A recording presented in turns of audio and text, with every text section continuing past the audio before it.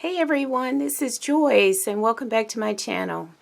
Today I'm going to share with you my 3 quick and simple Christmas cards that I made for Lady Kre's Card Set Saturday series. And I'm going to share with you the items that I used to make these little lovelies. First, let's see, we have the A2 Matting Basics from Spellbinders, and the only thing I used was this little doohickey right there.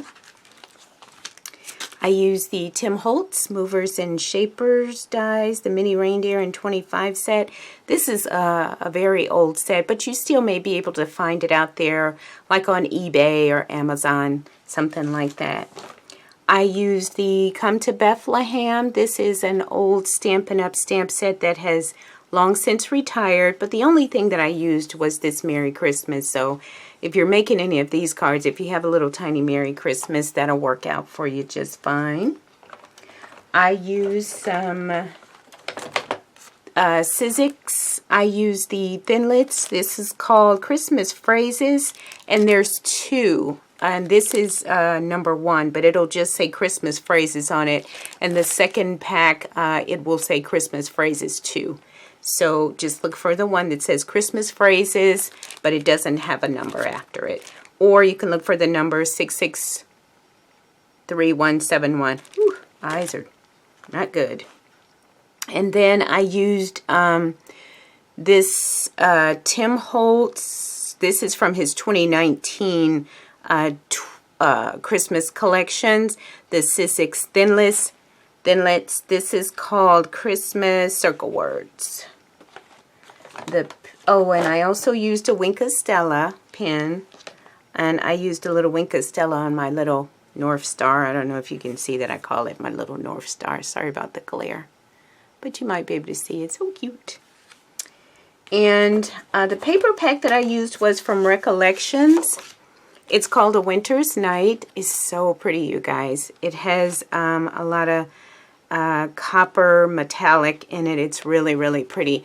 The good thing about this pack is also it has cut-aparts and borders.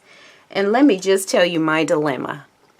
When I was searching for a Christmas pack to use, I realized that including this one, I have 16 Christmas-related 6x6 paper packs, but only one.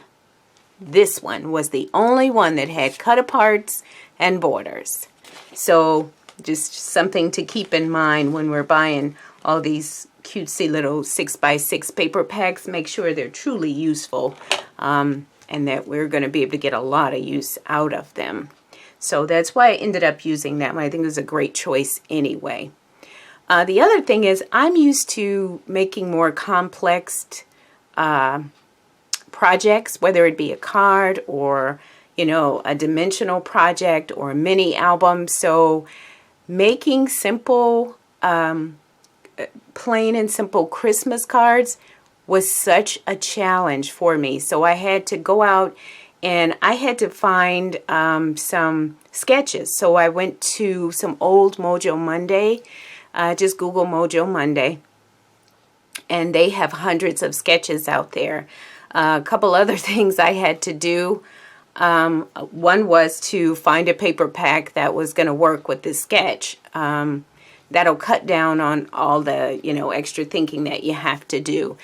And the biggest thing that I found was to make sure that when you do pick your paper pack, you make sure you have enough of the solid colored cardstock that's going to go with that paper pack, because I almost messed up with this one. I only had 2 pieces of 12x12 Indigo cardstock, and I was like freaking out because I thought I was going to have to go and buy some more, and that was not the goal. The goal was to use what I have in my craft room because I have tons of stuff in here. So that's just a couple of tips from me if you're like me and you're not used to just whipping out a project like this, to just do that. Other things that I did use some foam tape. This is kind of popped up on some foam tape. I don't know if you can see that. I also popped this little 25 up on the foam tape, but I didn't pop the reindeer up. He's flat. And I really, really love this plaid paper in that paper pack. And I don't know if you guys can see, you should be able to see it really good. The little copper lines going through it went really well with this 110 Pearlescent cardstock is what that was. This is something I had for my stash a while ago. And then on this one, this is Pearlescent paper. And I also had that in my stash a while ago. None of them have anything in the inside, but I do have some sentiments picked out for each card that I'm going to stamp in there.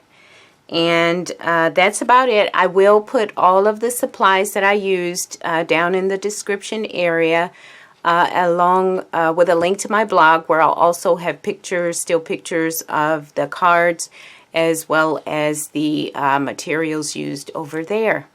So thank you so very much for stopping by, and until next time, bye-bye.